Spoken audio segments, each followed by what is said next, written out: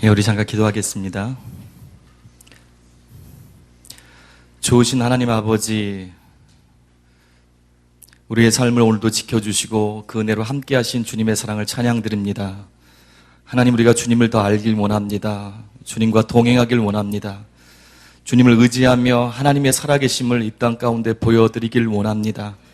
하나님, 우리를 붙잡아 주시옵소서.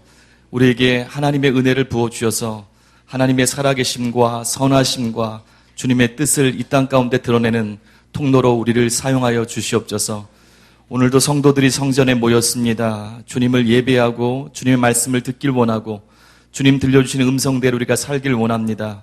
우리 마음 가운데 주의 뜻을 행하고자 하는 마음을 주셔서 하나님의 뜻을 알게 하시고 그 뜻 가운데 승리할 수 있도록 붙잡아 주시옵소서. 지혜와 계시형 성령님 의지합니다. 오셔서 우리를 지도하시고 인도하여 주시옵소서. 예수님의 이름으로 기도합니다. 아멘. 여러분 만나서 반갑습니다. 오늘부터 마태복음을 주의 설교 형식으로 수요일마다 계속해서 진행하겠습니다. 담임 목사님께서 이렇게 하라고 말씀하신 후부터 마음이 너무너무 떨리더라고요. 마치 설교 처음 하는 것처럼 준비하는 과정 가운데 굉장히 떨리고 주님 의지하게 됐습니다. 여러분, 무엇보다도 여러분과 제가 진리를 사랑하는 사람 되어야 될 줄 믿습니다. 여러분 들어보실 수도 있을 거예요. 영국의 예전에 유명한 설교자였던 찰스 하돈 스펀절 목사님께서 어느 날 신방을 갔습니다. 소식을 들었는데 병석에 누워있는 나이 많은 여자 성도가 있다고 한번 가서 임종하기 전에 만나보라고, 그래서 그 집으로 신방을 갔습니다. 갔더니 집이 너무 남루한 거예요. 나무 상자로 다 쓰러져가는 그런 작고 초라한 집에 여자분이 누워있는데 계속적으로 재정적으로 어려움을 당해서 그런지 잘 먹지 못해서 영양실조로 죽어가고 있었습니다. 위독해 있었어요. 가서 보니까 너무 다 불쌍하고 비참한 모습을 보면서 목사님이 기도했습니다. 그리고 잠깐 집을 둘러봤는데 세간살림도 거의 없는데 벽에 걸려있는 한 액자가 보였어요. 그래서 이 액자가 뭔지 여인에게 물어봤습니다. 그랬더니 여인이 제가 반세기 정도 50년 가까이 한 부유한 귀족 부인의 가정부로 살았습니다. 정성을 다해서 그 부인을 섬겼는데 그 부인이 한 10년 전에 돌아가셨다고. 돌아가시기 전에 이 선물을 제게 주었다고. 그래서 부인을 추억하면서 그걸 걸어놨는데 제가 문맹이라 이것이 도대체 뭔지 모르기 때문에 그냥 10년 동안 걸어놨다고 그렇게 고백하는 걸 들었습니다. 그래서 스펄전 목사님이 그 소식을 듣고 이 여인에게 양해를 구하고 그 낡은 액자를 딱 걷어다가 그것을 판명할 수 있는 관계 당국에다 의뢰해봤어요. 근데 뭐라고 결과가 나왔어요? 우리가 예상하는 것처럼 놀라운 결과가 왔어요. 그 귀족 부인이 이 가정부를 진짜 사랑해서 죽기 전에 자신이 갖고 있는 엄청난 저택 또 돈을 내가 유산으로 준다는 실제 유언장이었습니다. 근데 이 여인이 그걸 몰랐던 거예요. 이 여인이 가장 가까이에서 자기 삶을 바꿀 수 있는 것이 실제 있었는데 그것을 보지 못했기 때문에 눈이 어두워서 보지 못하고 비참한 삶을 살았던 것입니다. 제가 이 얘기를 들었을 때 영적인 시각을 볼 때 오늘날의 수많은 사람들이 혹시 우리들의 삶이 이러지 않은가 그런 생각을 해봤어요. 왜냐하면 하나님의 진리의 말씀을 모르기 때문에 그 말씀을 통해서 들려주는 예수님에 대해서 만나서 우리 삶이 변화될 수 있는데도 그렇게 누리지 못하는 비참한 삶을 살고 있지 않은가 그렇게 생각했습니다. 담임 목사님이 수주에 걸쳐서 말씀을 전했어요. 성경이 무엇을 말하느뇨 라는 제목으로 말씀을 전한 거 기억나시죠? 지금 다이아몬드 같은 진리를 전하기 전에 세례 요한처럼 그 말씀을 하신다고, 그 역할을 할 거라고. 근데 그 말씀에서 뭐라고 했습니까? 진리를 사랑하는 마음이 사람이 없어서 많은 사람들이 평생 교회 다니면서도 명목상의 신자로 살다가 죽는다고. 참 안타까운 현실이에요. 주님을 위해 헌신한다고 목회자가 됐는데 진리가 무엇인지 모르기 때문에 소경 인도자가 돼서 자기도 망하고 다른 사람도 망하게 하는 그런 어처구니 없는 일이 일어나고 있다고. 또 도리어 진리를 대적하는 그런 일에 서게 된다고. 그러시면서 뭐라고 했냐면 진리를 아는 것 그리고 그것을 바르게 선포하고 그대로 사는 것, 그것이 한국교회와 한국 이 나라와 이 민족의 미래를 좌우하는 거라고 그렇게 말씀했습니다. 여러분, 이것이 여러분과 저에게도 회복됨을 믿습니다. 그래서 가장 중요한 것은 여러분과 저가 진리를 사모하는 그 열정이 회복되는 거예요. 주일날 다이아몬드 같은 말씀이 계속 전해질 때 그것을 붙잡고 여러분과 제가 실제로 그 말씀이 내 삶을 변화시킬 수 있도록 그렇게 결단하고 들으시기 바랍니다. 진리를 사랑하는 마음을 중요한 것을 제가 말씀드린 이유는 이 이유가 담임 목사님께서 수요 예배를 개편하신 이유이기 때문에 그래요. 성경이 무엇을 말하는가 그것을 실제 알아야 내가 생각하는 어떤 신앙이 아니라 하나님께서 말씀하시는 그 신앙을 알아야 우리 삶이 변화할 수 있기 때문에 이제는 그냥 설교하지 말고 방식이 좀 바뀌어서 생소하더라도 주의 설교를 통해서 성경 각권이 진짜 말하는 그 메시지를 성도들에게 들려주어라. 그리고 한 장 한 장 빼놓지 않고 무엇을 얘기하는 건지 그렇게 들을 수 있도록 하라고 해서 이 주의 설교로 바뀐 겁니다. 여러분 시간이 되는 대로 참석하시고요. 베레아 사람처럼 그 말씀이 진짜 그런지 공정한 마음을 가지시고 또 갈망하는 마음으로 그렇게 매 시간 참석하시기 바랍니다. 제가 첫 시간이라 몇 가지를 먼저 말씀드리고 오늘은 1장만 말씀을 보고요. 다른 때는 뭐 2장, 3장 볼 때도 있을 것 같은데요. 오늘은 첫 시간이라 개요적인 걸 먼저 말씀드리고 1장만 먼저 보기 원하는데요. 주의 설교로 한다고 그랬습니다. 여러분 주의 설교가 뭔지 아세요? 제가 부탁드린 것은 틀리더라도 우리 주일 설교나 부흥회가 아니기 때문에 공부한다고 생각하고 한번 대답해 주시기 바라요. 주의 설교를 나는 잘 알고 있다. 예, 겸손하신 분들 한 분도 손을 안 들고 계시는데요. 여러분 강해 설교는 들어보셨죠? 예, 강해 설교랑 주의 설교랑 어떻게 다를까요? 강해 설교랑 주의 설교랑 비슷한 점이 있어요. 왜냐하면 이걸 이해해야 진행 방식을 이해할 수 있기 때문에요. 강해 설교나 주의 설교는 성경의 어떤 본문을 딱 정해서요. 주제 설교랑 다르게 주제 설교는 사랑이면 사랑, 믿음이면 믿음. 그래서 그 주제에 따라서 성경의 이곳저곳을 쭉 보는 거예요. 근데 강해 설교, 주의 설교는 그렇지 않고 마태복음은 마태복음, 마가복음, 마가복음 한 장씩 예를 들어서 정한다면 그렇게 그 본문 위주로 설교를 하는 겁니다. 근데 실제 왜 주의 설교를 하길 원하냐면 강해 설교가 주의 설교랑 비슷한 점이 있지만 실제적으로 많은 설교자들이 강해 설교를 하면서 본문 전체를 다 다루는 게 아니고 1장이면 1장에서 본인의 마음에 오는 어떤 부분들 이렇게 다루고 넘어갈 때가 있는 거예요. 그러니까 주제 설교는 아닌데 실제 성경이 얘기하는 그 의미들을 다 다루지 않을 때가 있습니다. 근데 이 수요일 날은 주의 설교를 한다고 그랬어요. 근데 어떤 방식이냐면 성경 한 장 한 장을 보되 주석적인 설교로 하는 거예요. 성경 한 구절이 무슨 뜻인가, 이 단락이 무슨 뜻인가 그것을 알아가는 것들, 연구하는 거 주석적이라고 그러잖아요. 주석적으로 한 장 한 장을 보는 거예요. 그러니까 성경을 안 읽고 지나가는 장이 없을 겁니다. 마태복음을 하면 마태복음 1장부터 28장까지를 다 읽을 거예요. 마치 공부하듯이 한 장 한 장을 읽을 겁니다. 그리고 단락단락을 정해서 첫 번째 단락을 쫙 딱 읽은 다음에 이 단락의 주제가 무엇인가, 무엇을 얘기하는가 그것을 여러분과 제가 알아낼 거예요. 그리고 혹시 모르는 구절이 있다면 마태복음 좀 덜합니다. 아마 로마서로 가면 그런 구절이 참 많을 거예요. 서신서 같은 경우는 번역할 때 잘못 번역한 부분이 참 많이 있어가지고 한글이지만 봐도 모르는 구절이 참 많아요. 그런 것들은 하나하나씩 이렇게 주의하면서 이 뜻이 이 뜻이라고 잘 번역해주면 여러분이 쉽게 이해할 겁니다. 근데 마태복음은 그런 곳이 그렇게 많지는 않아요. 마태복음은 도리어 단락단락을 읽으면서 왜 저자가 이런 말을 썼을까? 왜 이렇게 썼을까? 하는 것을 발견하는 게 더 중요합니다. 그래서 그게 주의 설교예요. 한 장 한 장, 한 단락 한 단락, 한 구절 한 구절 그 속에 있는 의미가 무엇인지 여러분과 제가 읽으면서 저자의 의도를 파악하면서 성경 저자가 주는 진짜 메시지가 무엇인지를 하나하나 밝혀내는 겁니다. 그래서 여러분이 오실 때 부탁드리고자 하는 게 있어요. 그게 뭐냐면 성경을 꼭 가져오십시오. 성경 안 가져오신 분들 오늘은 괜찮습니다. 그런데 요새 핸드폰에 성경 그 어플이라고 있잖아요. 그거라도 가져오세요. 왜냐하면 같이 읽고 계속 봐야 되는 거예요. 성경을 가져오세요. 그리고 조금 전에 말씀드렸던 것처럼 수동적으로 듣지 마시고 적극적으로 동참하시길 바랍니다. 오늘은 오리엔테이션이라고 생각하시면 돼요. 그리고 틀려도 좋으니까 질문할 때 대답하시길 바랍니다. 일방적인 설교라고 생각하지 마시고요. 뭐 칠판은 없지만 마치 강의한다고 생각하시고 여러분 수업 듣는다고 생각하시고 학생이 된 기분으로 그렇게 참석하시면 훨씬 좋을 것 같습니다. 오늘 첫날이라 개요를 계속 말씀드리고 있는데요.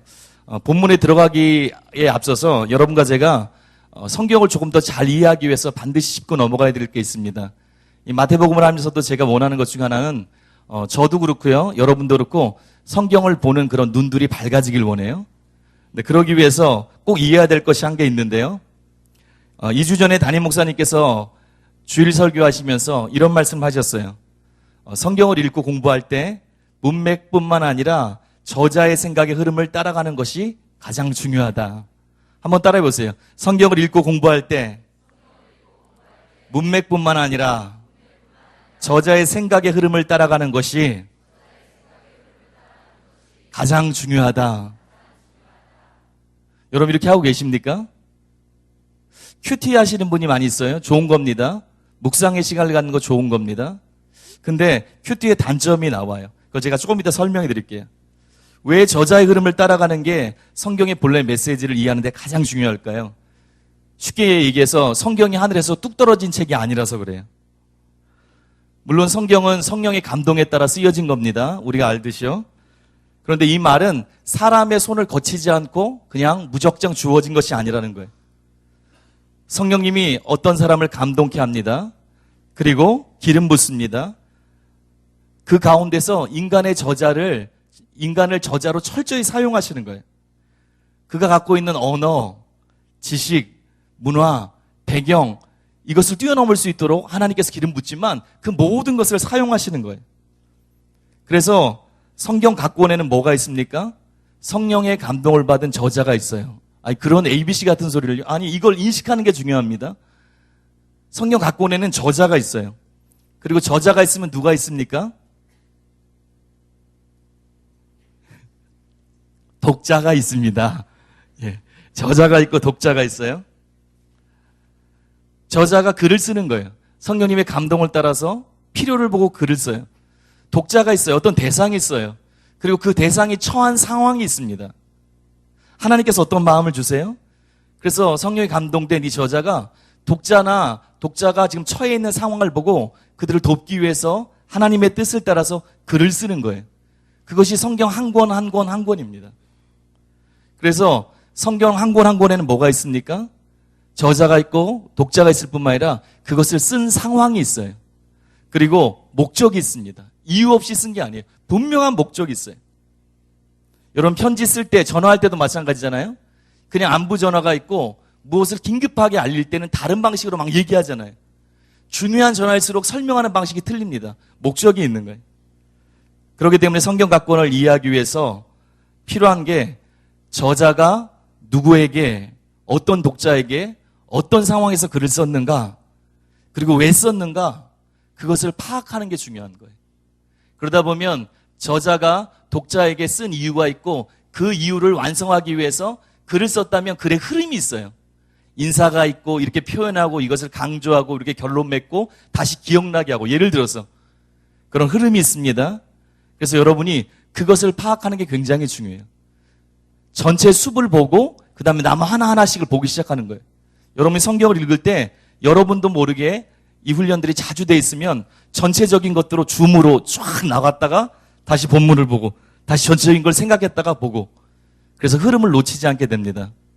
여러분 다시 한번 따라해 보세요. 성경을 읽고 공부할 때 저자의 흐름을 놓치지 않고 따라가는 것이 가장 중요합니다.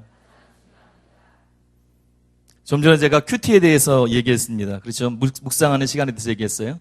장점 중에 하나는 매일매일 말씀을 가까이 한다는 거예요. 그리고 말씀을 가까이 할 뿐만 아니라 그것을 묵상함으로 적용까지 이른다는 거예요. 굉장한 장점이 있어요. 그런데 약점이 있습니다. 그 이유를 알겠죠? 저자의 의도와 상관없이 큐티를 여러분이 10장씩, 20장씩 합니까? 보통 한 장 하잖아요. 단락을 할 때도 있어요. 그러니까 단락을 자꾸 보는 거예요. 저자의 의도를 잃어버리고 그냥 그 사이에서만 내가 묶기가 쉬운 거예요. 진짜 성경이 얘기하고자 하는 어떤 메시지를 놓쳐버리고 그냥 내가 처한 상황에 묶여가지고 자꾸 예언을 받아도 내가 물론 분별하고 내가 느끼는 건 중요하지만 내가 원하는 대로만 무조건 들으려고 하는, 그런 것보다 더 심하게, 예를 들어서 그렇게 이해할 때가 많다는 겁니다. 여러분 한국말도 띄어쓰기만 잘못해도 잘못 알아갈 때가 많죠. 여러분 잘 아시잖아요. 아버지가 방에 들어가십니다. 예, 너무 쉬운 예. 내 아버지 가방에 들어가십니다. 뛰는 것만 띄어쓰기만 조금 잘못해도 잘못 알아들 수가 있는 거예요. 또 어디서 막 얘기를 막 하고 있는데 어떤 그룹이 있는데 여러분이 갑자기 거기 있지 않다가 갑자기 불쑥 들어가요. 그리고 지금 어떤 사람이 얘기하는 것 1시간 얘기했는데 잠깐 얘기하는 20초만 잠깐 들었어요. 그럼 오해하기 시작하는 거예요. 우리 교회를 공격하는 많은 이당 사냥꾼들이 하는 것처럼 담임 목사님 설교를 쭉 하고 있는데 앞뒤 문맥을 딱 잘라버리고 그 문장만 딱 얘기하면 이상한 소리가 되잖아요. 이런 것이 아닙니다. 왜냐하면 쭉 하는데 이렇게 생각할 수도 있습니다. 그런데 이게 아닙니다. 쭉 하는데 이걸 다 빼버리고 앞에 것만 이렇게 생각할 수 있습니다. 이렇게 하면 문제가 되잖아요. 조금 극단적인 설명인 것 같고 쉬운 설명인 것도 때로는 쉽게 설명하려고 했던 거지만 여러분이 묵상할 때 이런 상황에 놓일 때가 있는 거예요. 그래서 어떤 훈련이 필요합니까? 여러분이 각건을 이해할 때 저자가 누구고 어떤 상황에서 누구에게 썼는가, 왜 썼는가 그 목적을 항상 머리에 두고 성경을 보기 시작하는 거예요. 성경을 보다가도 계속 그것을 보기 시작하는 거예요. 숲을 보면서 그 속에 있는 꽃과 나무를 계속 볼 때 이것이 무엇을 얘기하는지 흐름을 놓치지 않고 성경을 깊이 읽게 될 줄을 믿습니다. 예, 그리고 또 오늘은 서론이라고 그랬어요. 예, 또 한 가지 여러분이 꼭 기억해야 될 게 있습니다. 저자의 의도를 놓치지 않는 거고요. 다른 하나는 뭐냐면 장르를 고려해야 되는 거예요. 장르를. 성경은 글로 써진 겁니다. 그렇죠? 서책이에요. 글로 써졌어요. 글에는 장르가 있습니다. 그렇죠? 여러분이 소설과 만화책과 법률 서적을 읽는 걸 똑같이 읽는 사람이 아무도 없어요. 소설, 만화책을 왜 읽습니까? 인생의 심오한 진리를 깨닫기 위해서 그런 게 아니고 재미로 보는 거예요. 재미로. 그러니까 마음을 열고 그냥 편하게 보면 되는 거예요. 법률 문서나 법률 서적은 다른 거예요. 정확한 명제적인 진리로 기술해야 되는 거예요. 단어 하나하나에 명확한 단어로 해야 되는 거예요. 그냥 대충 얘기하면 안 되는 거예요. 그리고 그것을 정확한 용어로 이해해야 되는 거예요. 또 시가 있어요. 인간 내면을 함축적인 언어로 표현하는 거예요. 내 마음을 함축적인 언어로 표현하는 거예요. 일반 그냥 글하고 다른 거예요. 일반 이야기 글하고 다른 거예요. 또 과학책이 있어요. 자연 법칙에 대한 연구를 기록한 겁니다. 무엇을 얘기하는 거냐면 거기에 맞게 읽어야 된다는 거예요. 성경에 맞게 이해하는 거예요. 마태복음과 로마서를 똑같이 읽으면 안 돼요. 로마서는 편지입니다. 편지에 처음에 서론이 있고요. 물론 이야기도 그럴 수 있지만 그리고 말하는 게 있고 맺는 말이 있어요. 형식이 다른 거예요. 그 당시 독특한 상황에 맞는 어떤 형식이 있을 수 있는 거예요. 그러니까 여러분과 제가 그런 거 하나하나를 알아야 되는 거예요. 성경도 마찬가지예요. 시편 같은 시는 시답게 읽어야 되고요. 바울 서신은 서신답게 편지답게 읽어야 되고 사복음서는 이야기로 된 가르침에 맞게 읽어야 됩니다. 여러분 갑자기 학교에 온 것 같죠? 예, 처음 시간이라 그렇습니다. 근데 중간중간에 계속 이런 얘기를 조금씩 해드리길 원합니다. 예, 마태복음으로 들어가겠습니다. 오늘은 마태복음 첫 시간인데요. 마태복음 원래는 1장, 2장 하려고 그랬는데 1장만 하고 오늘은 처음이니까 1장만 하고 그렇게 마치려고 합니다. 1장을 여러분 다 펴보십시오. 마태복음 1장 다 펴시기 바랍니다.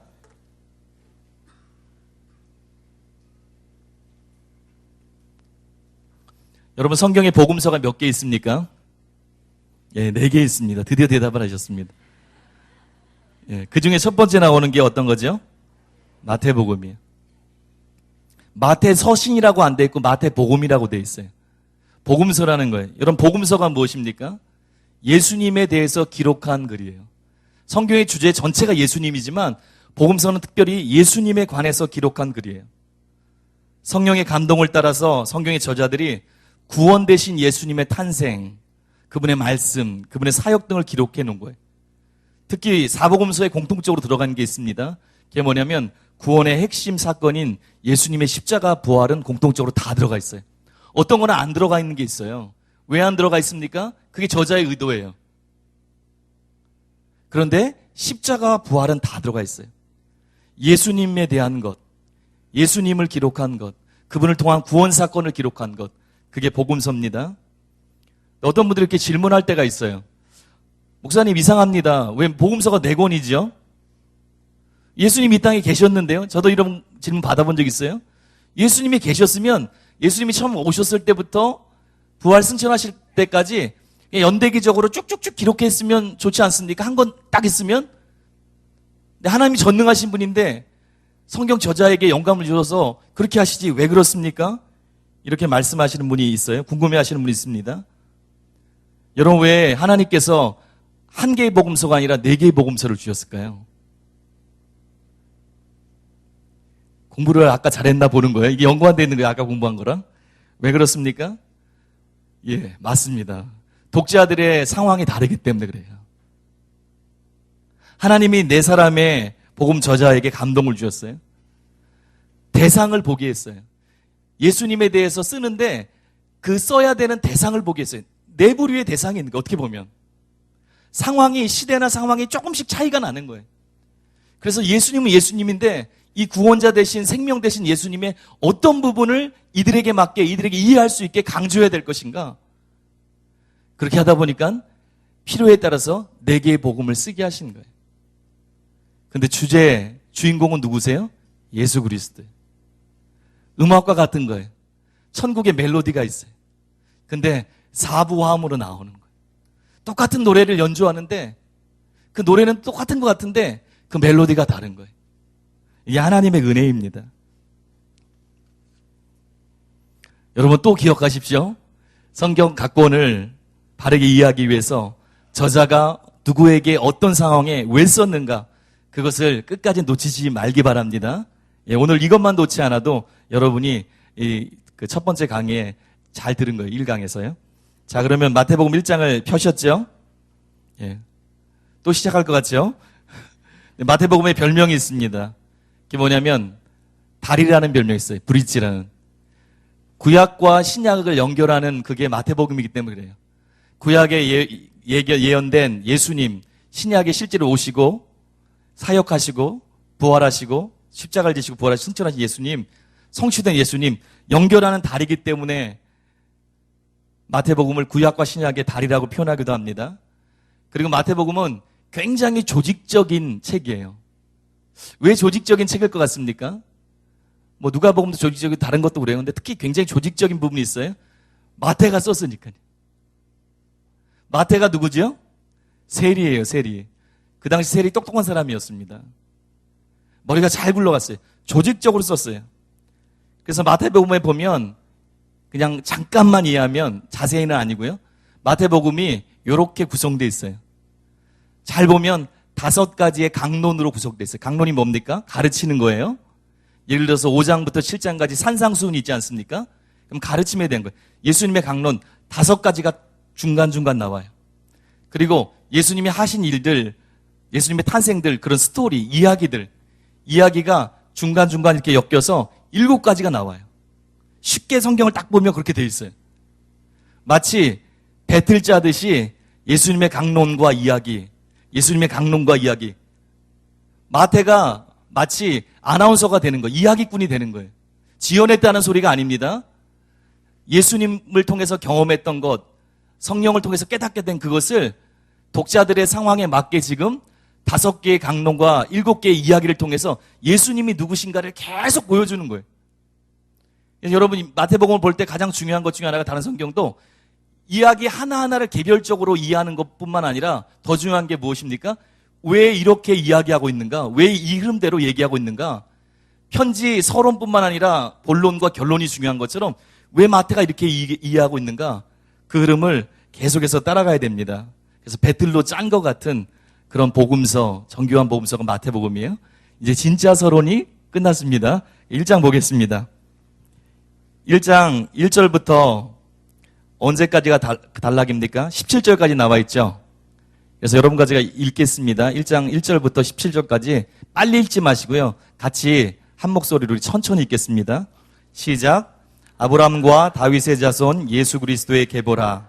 아브라함이 이삭을 낳고 이삭은 야곱을 낳고 야곱은 유다와 그의 형제를 낳고 유다는 다말에게서 베레스와 세라를 낳고 베레스는 헤스론을 낳고 헤스론은 람을 낳고 람은 아비나답을 낳고 아비나답은 나손을 낳고 나손은 살몬을 낳고 살몬은 아합에게서 보아스를 낳고 보아스는 룻에게서 오벳을 낳고 오벳은 이세를 낳고 이세는 다윗 왕을 낳으니라. 다윗은 우리아의 아내에게서 솔로몬을 낳고 솔로몬은 르호보암을 낳고 르호보암은 아비야를 낳고 아비야는 아사를 낳고 아사는 여호사밧을 낳고 여호사밧은 요람을 낳고 요람은 우시야를 낳고 우시야는 요담을 낳고 요담은 아하스를 낳고 아하스는 히스기야를 낳고 히스기야는 므낫세를 낳고 므낫세는 아몬을 낳고 아몬은 요시야를 낳고 바벨론으로 사로잡혀 갈 때에 요시야는 여고냐와 그의 형제들을 낳으니라. 바벨론으로 사로잡혀 간 후에 여고냐는 스알디엘을 낳고 스알디엘은 스룹바벨을 낳고 스룹바벨은 아비웃을 낳고 아비웃은 엘리야김을 낳고 엘리야김은 아소르를 낳고 아소르는 사독을 낳고 사독은 아킴을 낳고 아킴은 엘리웃을 낳고 엘리웃은 엘리야사를 낳고 엘리야사는 마따는 낳고 마따는 야곱을 낳고 야곱은 마리아의 남편 요셉을 낳았으니 마리아에게서 그리스도라 칭하는 예수가 나시니라. 그런즉 모든 대수가 아브라함부터 다윗까지 14대요 다윗부터 바벨론으로 사로잡혀 갈 때까지 14대요 바벨론으로 사로잡혀 간 후부터 그리스도까지 14대더라. 아멘. 여러분 수고하셨습니다. 기억나는 건 별로 없죠? 낳고 계속 나죠?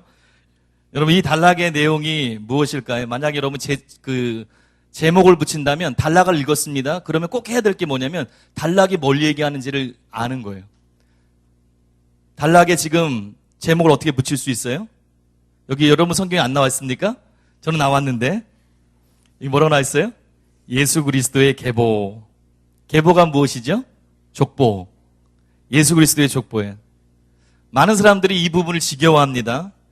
왜 신약성경 마태복음 처음부터 마태복음이 구약과 신약을 연결하는 다리와 같다면서 왜 이렇게 처음부터 지겨운 이해 잘 안 되는 어떻게 보면 무의미한 나열 같은 이름의 나열같이 보이는데 이런 족보를 여기다 두었나 그렇게 생각할 수 있어요. 근데 절대로 무의미한 것이 아닙니다. 여러분 글을 쓸 때 중요한 것이 결론도 물론 중요하고 본론도 중요하지만 처음 도입이 굉장히 중요한 거예요. 마태가 성령의 감동을 받아서 초반에 굉장히 중요한 가장 지혜로운 방법으로 시작되는 거예요. 마태가 생각이 없어서 족보를 쓴 게 아닙니다. 중요하기 때문에 그래요. 이 글은 왜 이렇게 썼냐면 독자인 유대인 그리스도인을 염두에 두고 글을 쓴 거예요. 제가 얘기했어요. 서신서들은 해석할 것이 굉장히 많아요. 근데 여기서 해석할 것이 있습니까, 여러분? 낳고 몰라요? 아시죠? 그래서 특별히 설명 안 드리는 거예요. 그렇지만 서신이나 다른 데 넘어갔을 때는 모르는 문장이 있으면 그 단어, 문법들 보면서 이게 무슨 문장인지 해석하는 게 필요합니다. 근데 마태복음에 그런 게 별로 없어요. 여기 보니까 어떻게 시작해요? 아까 뭐라고 그랬어요? 독자인 유대인 그리스도인을 염두에 두고 글을 시작하는 거예요. 독자가 누구라고요? 유대인 그리스도인이에요. 그래서 어떻게 시작합니까? 1장 어떻게 시작해요? 아브라함과 다윗의 자손 예수 그리스도의 계보라. 그냥 시작하는 게 아니에요. 족보로 시작하는 이유가 있고요. 족보의 시작을 그냥 시작이 아니라 아브라함과 다윗의 자손 예수 그리스도의 계보라 이렇게 시작하는 이유가 있는 거예요. 여러분 성경에 보면 사복음서 중에 족보가 또 나온 곳이 있습니다. 어디 나옵니까? 예, 잘하세요. 누가복음 3장 23, 38절에 있어요. 열어볼 필요가 없어요. 누가복음 3장에도 예수님의 족보가 나와요. 그런데 여기랑 다릅니다. 여기는 아브라함과 다윗의 자손 예수 그리스도의 계보라, 족보라 이렇게 시작돼요. 근데 거기는 어떻게 시작해요? 예수님이 먼저 나와요. 예수님이. 방식이 좀 거꾸로 해요. 그리고 더 중요한 것은 예수님을 통해서 계속 올라갑니다. 그럼 아브라함에서 끝나야 되잖아요. 여기선. 아브라함이 아니라 어디서 끝나요? 예. 하나님 물론 할 수 있지만 그죠? 아담에서 끝나요. 아담. 사람으로 따지면 아담으로 끝나는 거예요. 왜 이런 차이가 있을까요? 여러분 주의 설교 처음 하기 때문에 방법론을 익히는 게 중요합니다. 왜 이런 차이가 있을까요? 대답해 보세요. 예, 똑똑합니다. 독자가 다르기 때문에 그래요. 이 글을 받는 사람이 다른 거예요. 누가는 누구에게 대해서 썼어요? 이방인들에게 예수님을 전하는 거예요. 예수님 누구신지. 독자가 이방인이에요. 이방인 독자들을 쓰기 때문에 이방인들하고 연결을 해야 될 거 아니에요. 아담은 모든 인류의 조상 아닙니까? 그러니까 이방인도 유대인하고 구별되지 않는 거예요. 그래서 연결되는 거예요. 그래서 조상에 대해서 쓰면서 아브라함 이렇게 끝나지 않고 아담까지 간 거예요. 근데 여기 보세요. 여긴 누구에게 나와 있어요? 마태는 반대예요. 독자가 유대인이에요. 그래서 유대인의 조상인 아브라함부터 족보를 시작하고 있는 거예요. 성경을 이해하기 위해서 독자와 그의 상황을 아는 게 중요하다고 그랬어요. 그리고 더 정확히 얘기하면 마태복음은 따라해보세요. 예수님을 믿은 헬라어를 쓰는 유대인들이 1차 독자이다. 다른 사람이 또 나중에 읽었을 수도 있어요. 근데 처음 했을 때 1차 독자는 뭐냐면 그리스도인이 된 유대인들, 헬라어를 쓰는, 그 당시 유대인들이 쓰는 말이 아니라 헬라화돼서 헬라어를 쓰는, 그래서 마태복음이 헬라어로 써 있어요. 그리고 그 목적이 나와 있습니다. 누가복음하고 요한복음 같은 경우에는 누가복음 1장 4절인가요? 그리고 요한복음도 21장인가 제가 잊어버렸는데 거기 뒤에 보면 20장인가 20장에 보면 이 글을 쓴 이유가 나와 있어요. 누가복음을 저술한 이유, 요한복음을 저술한 이유가 있어요. 근데 마태복음에는 그게 없어요. 그러니까 여러분과 제가 독자나 그 상황을 마태복음 속에서 찾아야 되는 거예요. 근데 그 결정적인 힌트들이 많이 나와 있습니다. 진짜 유대인일까요? 예수 믿은 그리스도인이 된 유대인일까요? 그렇게 분명히 알 수 있는 것들이 굉장히 많아요. 무엇을 통해서 알 수 있냐면 유대적인 용어가 굉장히 많습니다. 한두 개만 들어볼게요. 마태복음 5장 22절 보니까 나는 너에게 이르노니 형제에게 노하는 자마다 심판을 받게 되고 형제를 대하여 라가라 하는 자는 공회에 잡혀가게 되고 미련한 놈이라 하는 자는 지옥불에 들어가게 되리라. 여러분 아시죠? 거기 뭐가 나와요? 라가 나와요. 라가. 나가 이거 말고 썰렁하게 죄송합니다. 하여튼 그런 거 말고 라가. 저희가 처음에 성경 읽을 때 이게 무슨 뜻인지 몰랐어요. 도대체 라가가 뭔데?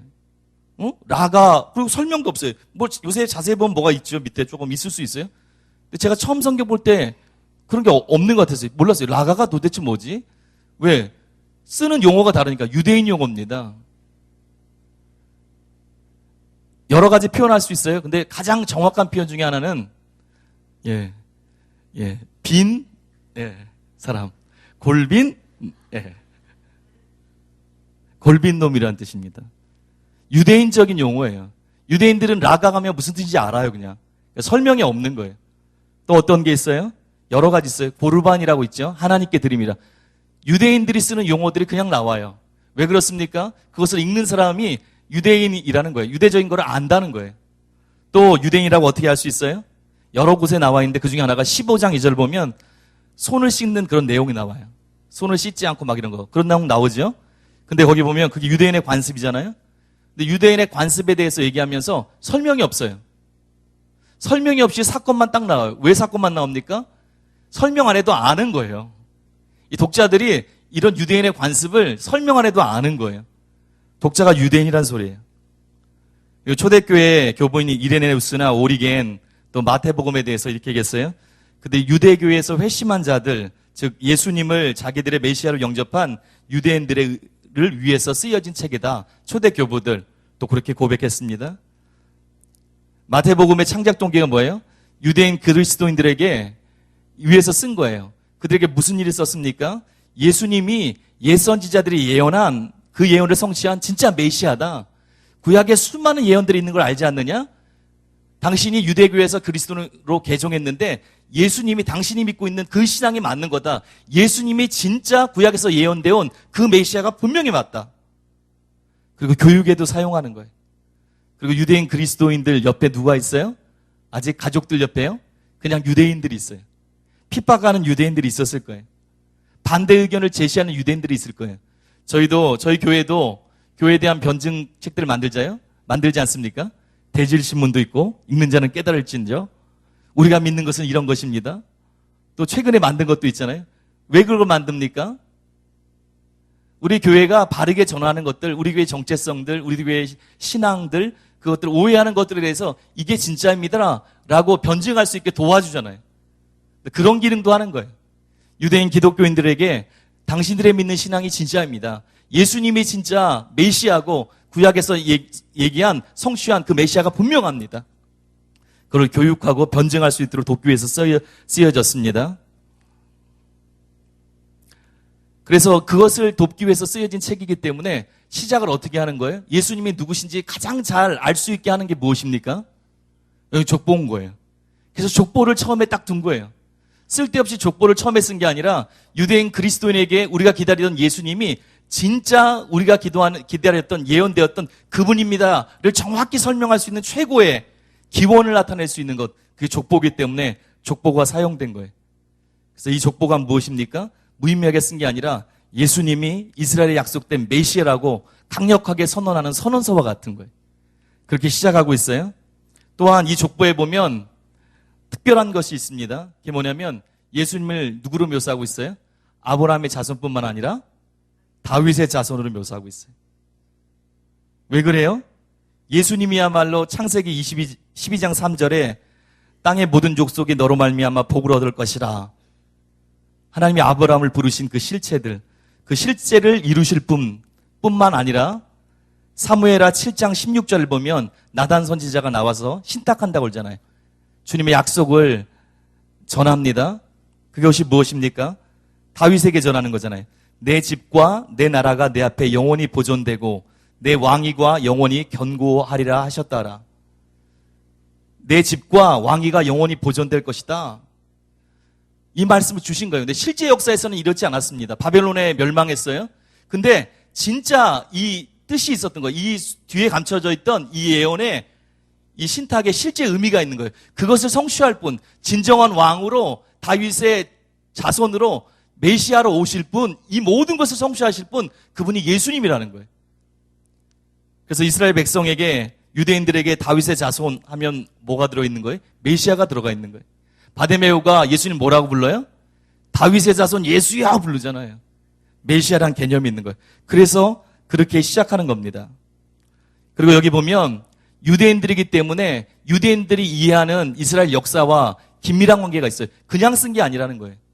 여러분 이거 보셨습니까? 보면은 17절에 뭐라고 나왔어요? 우리 17절을 같이 한번 보겠습니다. 같이 읽겠습니다. 시작. 그런즉 모든 대수가 아브라함부터 다윗까지 14대요. 다윗부터 바벨론으로 잡혀갈 때까지 14대요. 바벨론으로 사로잡혀 간 후부터 그리스도까지 14대더라. 뭐라고 했어요? 유대인들에게 있기 때문에 유대인들이 이해할 수 있는 다윗을 중심으로 해서, 아브라함과 다윗을 중심으로 해서 이스라엘 역사, 유대인들이 알고 있는 이스라엘 역사를 족보로 잘 기록해 있어요. 세 군데로 딱 나눠져 있습니다. 처음에 누구로부터 시작해요? 아브라함부터 시작해요. 그리고 14대의 그 끝에 누가 있습니까? 다윗이 있어요. 이스라엘 백성들은 그냥 딱 아는 거예요. 그 흐름들을. 다윗 후에 14대 후에 무슨 일이 있었어요? 바벨론으로 사로잡혀가는 일이 있었어요. 그리고 그 후에 14대 후에 어떤 일이 있습니까? 예수님이 탄생하는 거예요. 이스라엘 역사를 이해시키는 거예요. 하나님께서 아브라함을 통해서 이스라엘 탄생시켰습니다. 그리고 약속대로 다윗에 이르기까지 정점에 이르렀어요. 다윗이 있을 때 가장 융성한 이스라엘 됐습니다.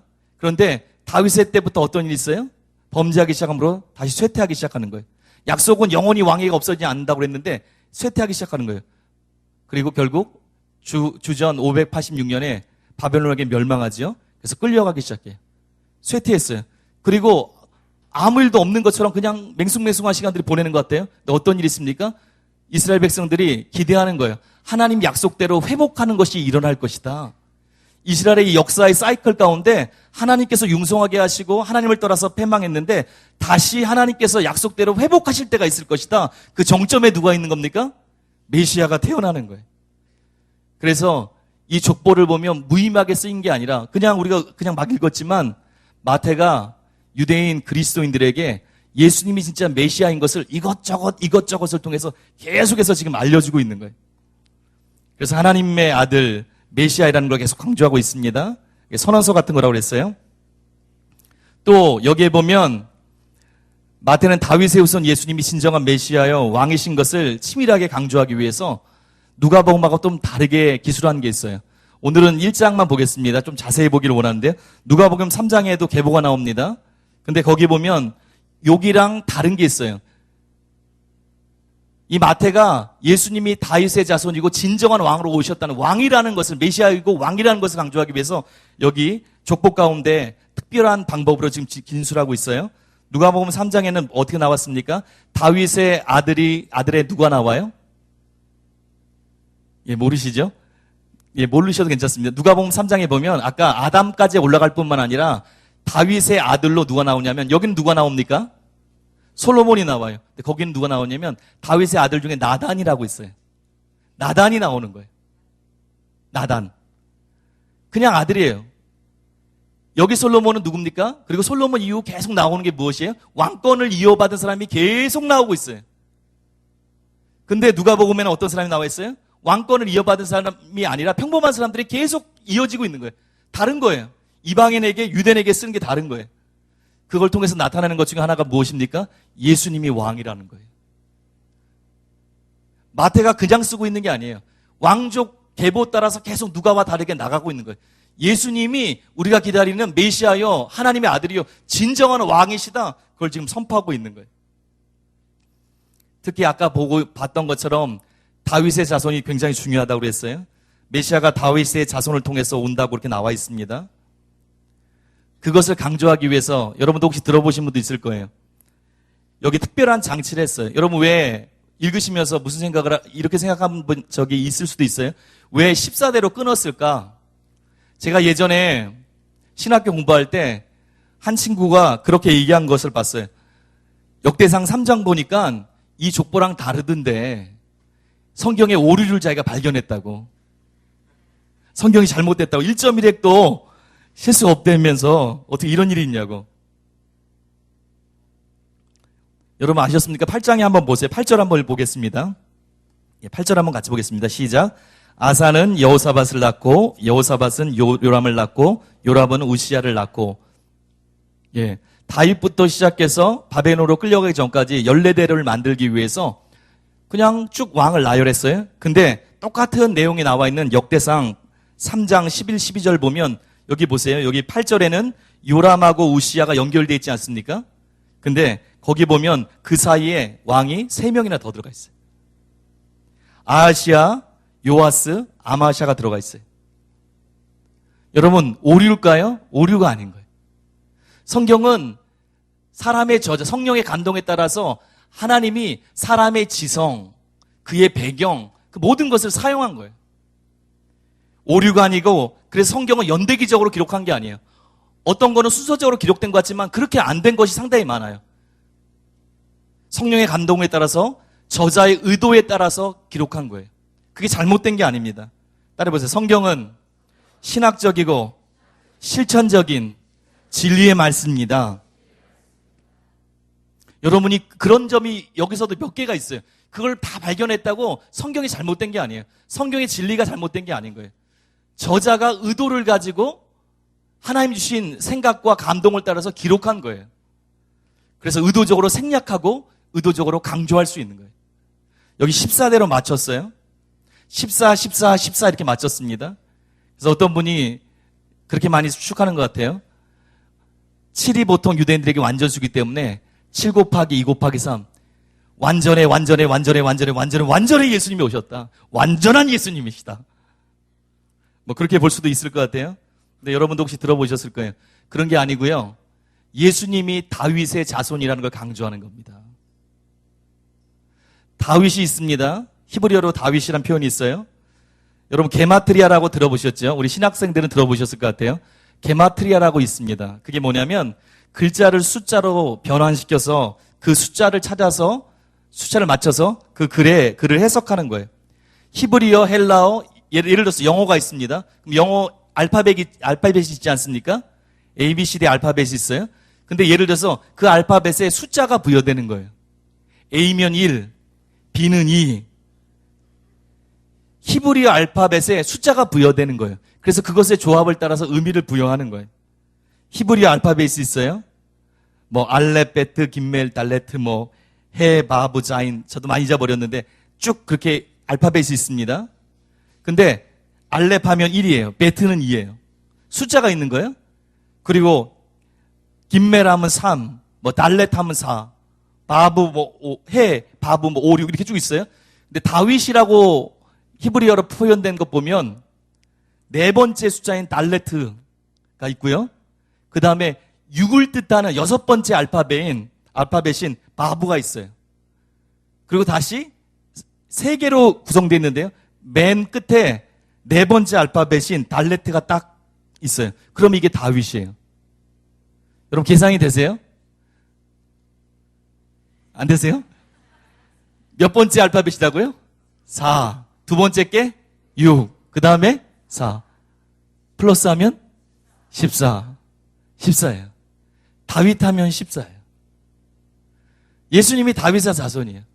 7을 통해서 주님이 완전하게 태어나셨다. 그렇게도 볼 수도 있지만 예수님이 다윗의 자손, 진짜 메시아인 거를 유대인 그리스도인에게 상징적으로 강조하기 위해서 다윗을 뜻하는 14 곡에 맞춘 거예요. 의도적인 생략이 있었던 거예요. 여러분 얼마나 치밀한지를 모르겠어요? 이 족보를 통해서 유대인 그리스도인들에게 다윗이 계속 얘기하는 거예요. 예수님이 진짜 아브라함의 자손, 다윗의 자손인 진짜 메시아이다. 여러분 이 말씀을 통해서 그것을 우리가 계속 느껴야 됩니다. 그런데 이곳에서 좀 특이한 점이 있어요. 여러분 큐티하면서도 많이 발견할 수 있는 특이한 점이 이 족보에 있습니다. 뭐가 특이합니까? 예, 여인들이 들어가 있어요. 그렇죠? 우리 한번 3절부터 5절까지 함께 읽겠습니다. 3절부터 5절까지 함께 읽겠습니다. 시작. 유다는 다말에게서 베레스와 세라를 낳고 베레스는 헤스론을 낳고 헤스론은 람을 낳고 람은 아비나답을 낳고 아미나답은 나손을 낳고 나손은 살몬을 낳고 살몬은 나압에게서 보아스를 낳고 보아스는 룻에게서 오벳을 낳고 오벳은 이세를 낳고. 예, 됐습니다. 여러분 잘 따라오고 계시죠? 각 복음서에는 저자가 있고 대상이 있고 그 대상의 필요를 따라서 의도를 가지고 글을 쓴 거예요. 그것이 바로 이 족보였습니다. 그런데 언뜻 보면 이 의도에 안 맞는, 지금까지는 다 맞았어요. 뭐 14로 한 것도, 아브라함과 다윗부터 시작한 것도, 또 왕의 계보를 이룬 것도 계속 똑같은 여러 가지 의미를 통해서 계속 말씀하고 있어요. 그런데 여기에 해당되지 않는 것 같은 게 드러납니다. 그게 뭐냐면 유대인 족보에 들어가지 않아야 될 여인들의 이름이 4명이나 나와요. 이 부분은 여러분이 평소 때 묵상해서 잘 아실 거예요. 4명의 이름이 나와요. 누구 나와요? 다말, 라합, 룻, 우리아의 아내 바세바. 바세바라고도 안 와요. 어떻게 나와요? 우리아의 아내 이렇게 나와요. 뭔가 좀 기분이 안 좋은 것처럼 나와요. 저는 이게 희한했어요. 왜 바세바가 있는데 우리아의 아내 이렇게 나오잖아요. 이게 의도를 가지고 썼다니까요. 족보에 여인들의 이름이 들어가지 않습니다. 이 당시에. 그런데 만약에 족보에 이름이 들어갔다면 여러분 누굴 넣겠어요? 사라, 리브가, 라헬, 레아 뭐 이 정도 넣지 않겠습니까? 4명 쓰면 저 같으면 이런 사람을 집어넣었을 것 같은데 이런 사람을 넣는 게 아니라 어떤 사람이에요? 평판이 좋지 않은 4명 다 어떤 사람입니까? 이방인이에요. 거의. 보세요. 다말은 어디 출신이에요? 가나안 사람입니다. 창세기 보시면 가나안 사람으로 되어 있어요. 이방인이에요. 라합은 여리고, 룻은 모압, 우리아의 아내는 몰라요 정확히. 햇사람 우리아의 아내니까 햇사람일 가능성이 많고요. 적어도 이방인의 아내였어요. 그리고 어떻게 이 계보에 들었습니까?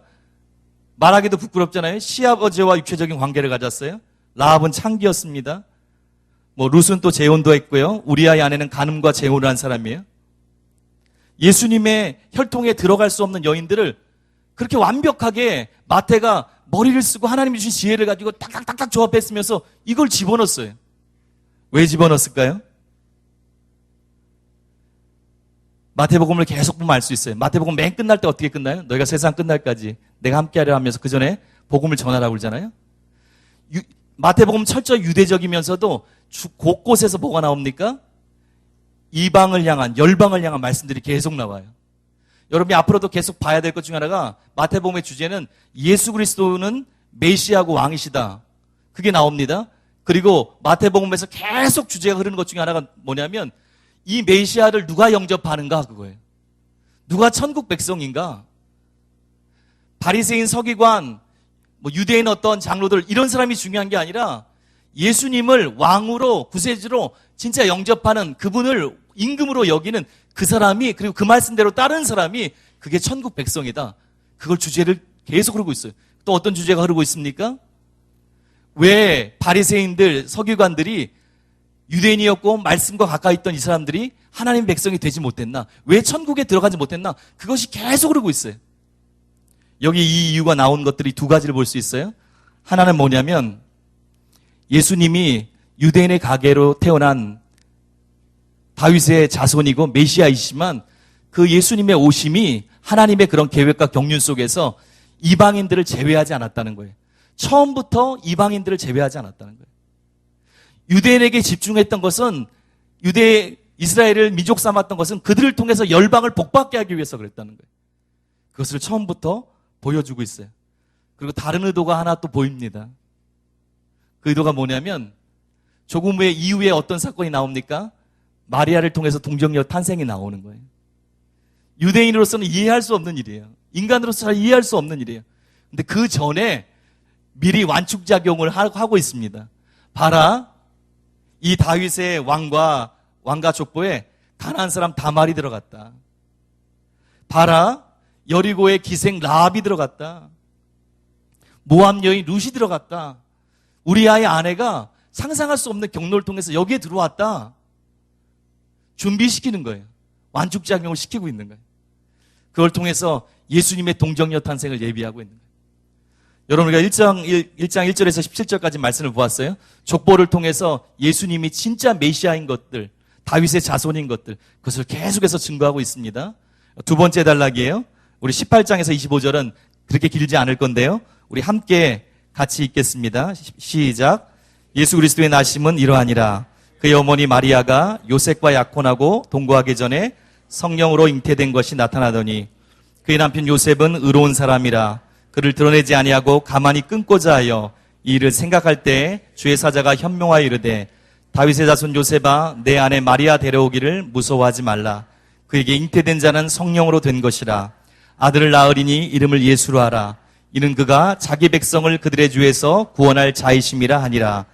이 모든 일이 된 것은 주께서 선지자로 하신 말씀을 이루려 하심이니 이르시되 보라 처녀가 잉태하여 아들을 낳을 것이요 그의 이름은 임마누엘이라 하리라 하셨으니 이를 번역한즉 하나님이 우리와 함께 계시다 함이라.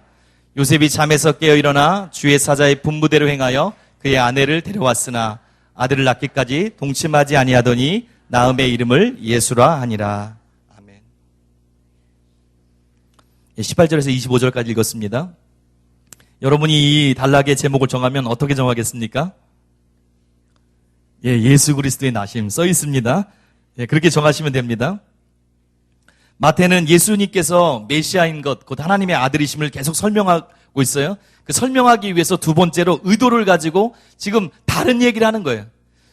조각조각의 어떤 기사들을 지금 계속 연결한 거예요. 나레이터가 돼서요. 두 번째 무슨 얘기를 꺼내요? 예수님의 동정녀 탄생 기사를 언급하고 있어요. 근데 여기서도 조금 특이한 게 있습니다. 그게 뭐냐면 여러분 중요한 건 아니지만 누가복음에서는 누가 중심으로 나와요? 천사가 누구에게 나타나요? 주로? 마리아에게 나타나요. 근데 여기서는 지금 누구한테 나타납니까? 다르죠? 성경이 절대 똑같이 쓰여 있지 않습니다. 그때는 마리아에게 나타났어요. 마리아에게 나타났을 거예요. 요셉에게 나타났을 거예요. 그런데 강조점에 따라서 다르게 얘기하는 거예요.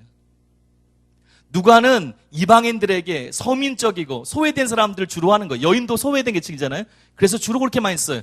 여기는 물론 요셉이 육신적인 예수님의 아버지가 아니지만 다윗의 자손으로서 예수님께 법적인 테두리를 주는 그런 아버지 역할을 하는 거예요.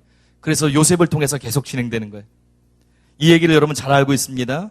18절 보니까 요셉과 마리아가 약혼하고 동거하기 전에 성령으로 잉태되었다고 전하고 있어요. 여러분 아시죠?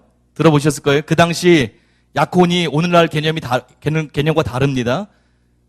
지금 약혼하면 어떻게 됩니까? 물론 파혼하고 그러면 마음이 아프겠지만 파혼해도 상관없어요. 결혼 안 했으니까. 근데 그때는 다른 거예요.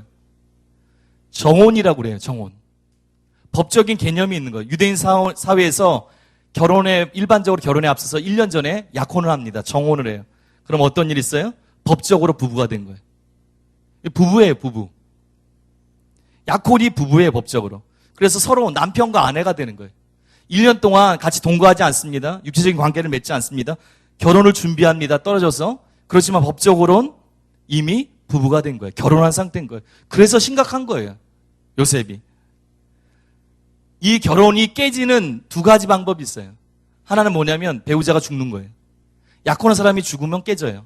다른 하나가 무엇입니까? 이혼하는 거예요. 그래서 그냥 헤어졌다고 안 그래요. 파혼했다고 하는, 이혼했다고 그래요. 결혼한 거예요. 그런데 만약 정혼한 상태에서 여자의 부정이 들어가면 어떻게 됩니까? 신명기 22장 20절 21절 보니까 돌로 쳐서 죽였어요. 근데 이 당시만 해도 신약 시대라 이 규정이 퇴색됐어요. 실제로 돌로 쳐서 죽이진 않았습니다. 그냥 이혼했어요. 19절에 보니까 요셉이 의로운 사람이었어요. 의로운 사람이라 어떤 겁니까? 하나님 말씀대로 사는 거예요. 부정한 여인과 살 수 없는 거예요. 그래서 이혼하길 원했어요. 그렇지만 그 마음이 부드러운 사람이었어요. 그래서 우리가 알듯이 마리아를 생각해서 공개적으로 수치를 주지 않기를 원했어요.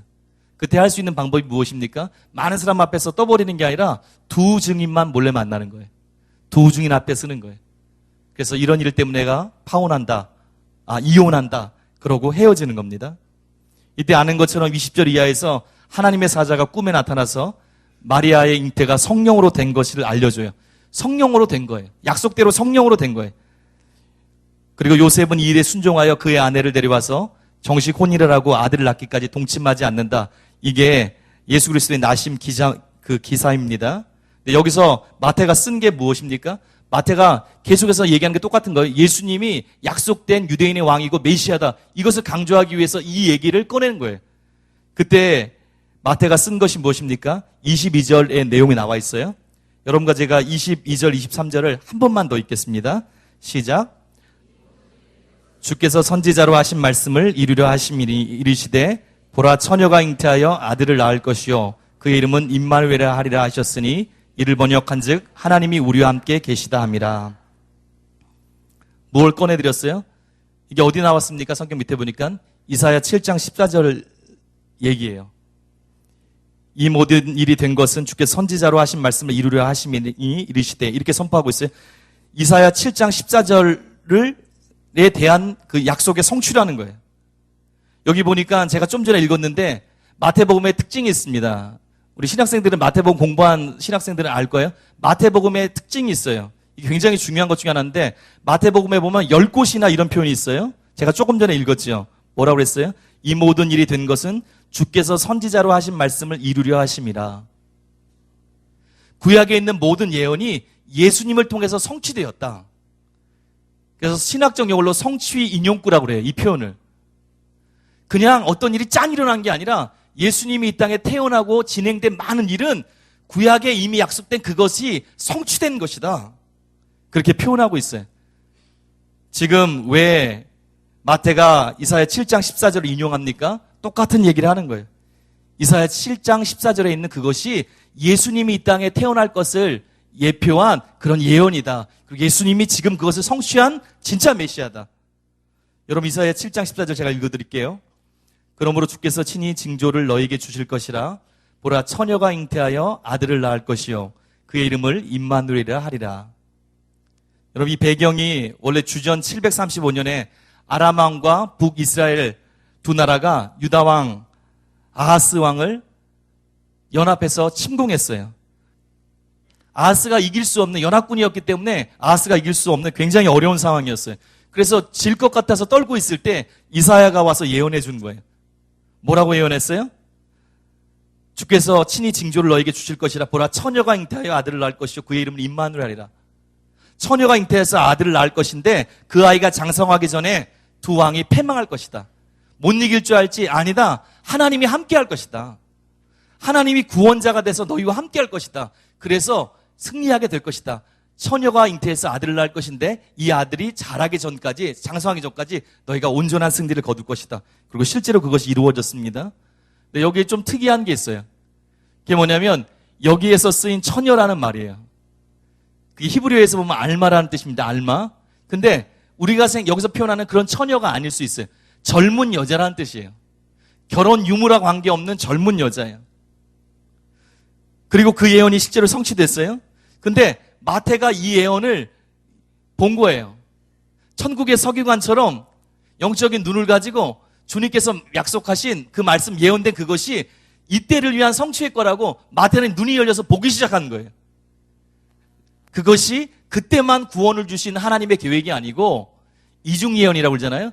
종말론적으로 예수님을 통해서 메시아를 통해서 진정한 구원이 일어날 그것에 대한 내용, 그것의 선포다. 그리고 실제로 그것이 이루어졌다. 그의 이름을 임마누엘이라 부를 것이라. 예언의 실체가 이루어진 건 아니에요. 그렇죠? 예수님의 이름이 무엇입니까? 여기 보니까 21절에 자기 백성을 그에게 죄에서 구원할 자십니다. 예수였어요. 근데 이것이 어떻게 일어났어요? 이름이 아니고 역할로 이루어진 거예요. 예수님이 이 땅에 오심으로써 구원자 되신 그분이 옴으로써 하나님의 임재가 예수님의 통치가 시작된 거예요. 그때 이스라엘 백성에 하나님이 함께 하셔서 구원을 주셨던 것처럼 하나님이 구원자라는 게 중요한 거예요. 예수님이 오셔서 친히 임재하셔서 하나님의 아들, 하나님이신 그분이 이 땅에 함께 하셔서 그 구원이 성취될 것이다. 그렇게 선포하고 있는 거예요. 여러분, 지금 마태가 이 두 가지 사건을 통해서 1장에서 예수님이 진짜 예언된 그분이라는 것을 계속 증거하고 있는 거예요. 여러분과 제가 오늘 마태복음 1장을 보았습니다. 그리고 여기 물론 예수님이라는 이름은 그 당시 사람들이 생각한 것처럼 로마에서나 압자에서나 아니면 이 땅에서 유대인들을 위한 왕궁을 세우는 분이 아니라 죄에서 구원하시는 그런 분이세요. 마태가 1장을 통해서 계속 유대인 그리스도인에게 얘기하고 있는 거예요. 예수님이, 너희가 생각하는 그 예수님이 진짜 구약에 예언된 다윗의 자손이요, 아브라함의 자손이요, 우리의 구원을 위해서 이 땅에 오신 진짜 메시아이다. 너는 그것을 꼭 붙달라. 여러분, 오늘 이 말씀을 통해서 그것을 발견하시기 바랍니다. 마태복음 오늘 시간이 지금 제가 딱 9시가 돼서 계속 하라고 말씀해 주셨는데 또 저희 순서도 있고 그래서 조금 정리하려고 그래요. 여러분, 요 말씀을 통해서 여러분과 제가 몇 가지만 이렇게 적용하고 기도 제목으로 삼고 또 말씀 듣고 기도하고 그런 시간을 갖기 원합니다. 그것 중에 하나가 뭐냐면 여러분과 제가 요셉의 순종을 좀 봤으면 좋겠어요. 쉽지 않은 거예요. 아까 본 것처럼 굉장히 어려운 상황이었습니다. 근데 요셉이 이 하나님의 뜻이 성취되기 위해서 요셉이 했던 게 무엇이죠? 자기의 이성과 경험을 내려놓았어요. 하나님의 뜻이 성취되기 위해서는 이렇게 역사에 굉장히 중요한 것이 성취되기 위해서는 그 중간중간에 대단하게 보이지 않지만 하나님의 뜻에 자기의 마음을 일치시키는 사람들이 일어나야 되는 거예요. 요셉이 그 일을 했습니다. 자기의 생각과 경험을 뛰어넘었어요. 하나님의 뜻이 무엇인지 알았어요. 그렇게 순종했을 때 예수님을 통해서 인류의 구원이 이루어졌던 거예요. 주님이 우리에게 도전하시는 것이 있어요. 그게 뭐냐면 하나님이 우리의 삶을 붙들고 쓰는 것은 우리의 삶에 무슨 대단한 재능이나 능력이나 아니면 무슨 놀라운 계기가 있어야 되는 게 아니에요. 주님이 여러분과 저에게 보시는 게 무엇입니까? 진짜 하나님을, 진짜 예수님을 우리의 왕과 주님으로 여기고 있느냐는 거예요. 그리고 내 삶 가운데서 하나님이 기뻐하는 뜻을 알았을 때 거기에 나를 맞출 수 있느냐는 거예요. 여러분, 많은 사람들이 진리를 압니다. 그렇지만 큰 믿음 교회까지 선포하지 않습니다. 왜 그렇습니까? 요셉 같은 마음이 없었어요. 요셉은 무엇을 생각했어요? 자기의 상황을 생각하지 않았어요. 다른 사람의 나를 어떻게 볼까 생각하지 않았어요. 딱 생각한 게 한 개 있습니다. 하나님의 뜻이 이것이구나. 자기 생각과 경험을 거기에 맞췄던 거예요. 여러분과 저도 말씀을 쭉 봤는데요. 적용하는 거 하나로 요셉처럼 주님의 뜻을 진짜 알았으면 지금 주님이 여러분에게 뭐라고 말씀한 게 있을 수도 있어요. 거기에 그 뜻에 여러분의 생각과 모든 것을 맞추시기 바랍니다. 그리고 다른 하나는 뭐냐면 따라해보세요. 예수님만이 나의 진정한 메시아여 왕이십니다. 마태복음의 주제가 그건 거예요.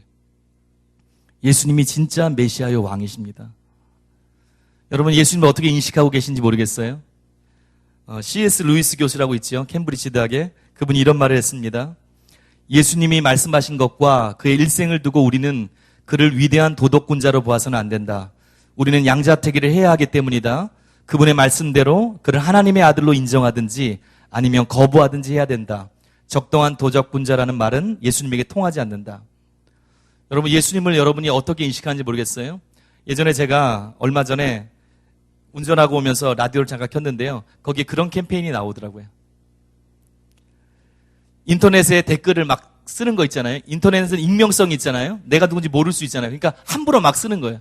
근데 여러분 들어보셨을 수 있어요. 그 광고를. 근데 딱 맞고 누가 보고 있다면 뭐 그런 멘트를 하더라고요. 그러니까 굉장히 창피하는 거예요.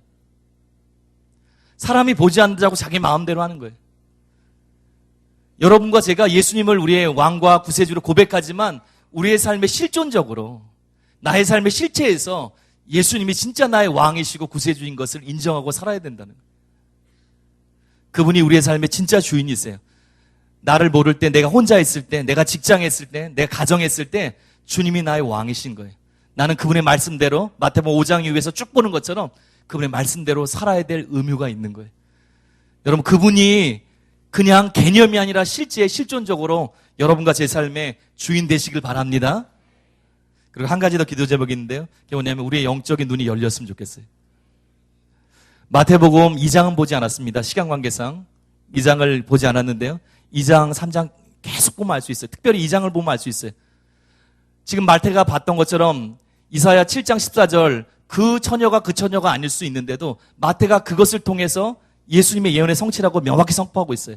물론 그렇게 될 만한 근거가 이사야 8장 그 이후로 계속 나오고 있습니다. 물론 마태에게 눈이 열렸어요. 마태가 억지를 부리고 있는 게 아니에요. 하나님의 말씀의 비밀, 율법의 말씀의 비밀, 예언의 말씀의 비밀을 보고 있는 거예요. 여러분, 주일날 지난 주일부터 계속해서 다이아몬드 같은 말씀이 선포됐고 선포될 것입니다. 근데 여러분과 제가 해야 될 게 무엇이에요? 주일날 담임 목사님께서 에베소서 6장 19절 말씀을 읽어주셨어요. 또 나를 위하여 구할 것은 내게 말씀을 주사 나로 입을 열어 복음의 비밀을 담대히 알리게 하옵소서 할 것이니, 여러분과 저에게 해야 될 것이 무엇입니까? 마태처럼 눈이 열려야 되는 거예요. 복음의 비밀들, 하나님 말씀의 진리들, 믿음의 비밀들, 그 비밀들을 여러분과 제가 봐서 마태뿐만 아니라 마태처럼, 물론 토대적인 사도는 아니지만 마태처럼 주님이 주신 진리를 많은 사람들에게 실제로 먹일 수 있는 그런 사람이 되어야 될 줄 믿습니다. 이 시간 제가 기도하고요. 또 위에서 또 기도회가 있으니까 기도회 올라갈 분은 올라가시고요. 그렇게 하시면 되겠습니다. 제가 기도하겠습니다. 하나님, 마태복음 첫 강의로 우리가 모였습니다. 하나님, 마태에게 기름 부어주시고 성령으로 눈을 열어주셔서 예수님이 구약에서부터 예언한 다윗의 자손이요 진짜 메시아인 것을 유대인 그리스도인들에게 가르쳐주고 그들을 깨우쳤던 통로로 사용하신 주님을 찬양합니다. 하나님, 지금 굉장히 중요한 시간을 저희가 보내고 있습니다. 하나님께서 우리 교회와 우리들에게 새 일을 행하고 계신데 주님, 우리의 삶을 주님께 드리길 원합니다. 우리도 하나님, 마태가 선포했던 것처럼 예수님이 진짜 나의 삶의 주인이시오, 메시아이시오, 주인인 것을, 왕이신 것을 삶으로 고백할 수 있도록 붙잡아 주시옵소서. 예수님을 이용하는 사람이 아니라 요셉처럼 하나님이 말씀하시면 나의 경험과 생각을 뛰어넘어서 주님께 나의 모든 것을 바칠 수 있는 그런 주님께 순종하는 사람 되길 원합니다. 하나님, 은혜를 부어 주시옵소서. 그래서 하나님을 아는, 주님과 동행하는 임마누엘 되신 주님이 실제로 함께함으로 이 땅에 하나님의 실체를 드러낼 수 있는 우리들 되게 하여 주시옵소서. 하나님, 주회를 시작했습니다. 이 주회 설교를 통해서 하나님의 말씀을 깨닫는 눈이 열리게 하시고, 내가 집에 있을 때 삶에 있는 자리에서 하나님 말씀을 읽고 묵상할 때 성령께서 주시는 진리의 빛이 우리의 심령을 새롭게 하고 변화시키는 놀라운 일들을 날마다 경험하게 하여 주시옵소서. 하나님, 주일날 선포되는 담임 목사님의 말씀을 기억하여 주셔서 그 다이아몬드 같은 말씀이 실제 우리 삶에 박히게 하여 주시고 열방을 깨울 수 있도록 우리를 복음에 능통한, 하나님 복음의 비밀을 명확히 하는 그런 사람들로 인도하여 주시옵소서. 주님을 찬양합니다. 예수님의 이름으로 기도합니다. 아멘.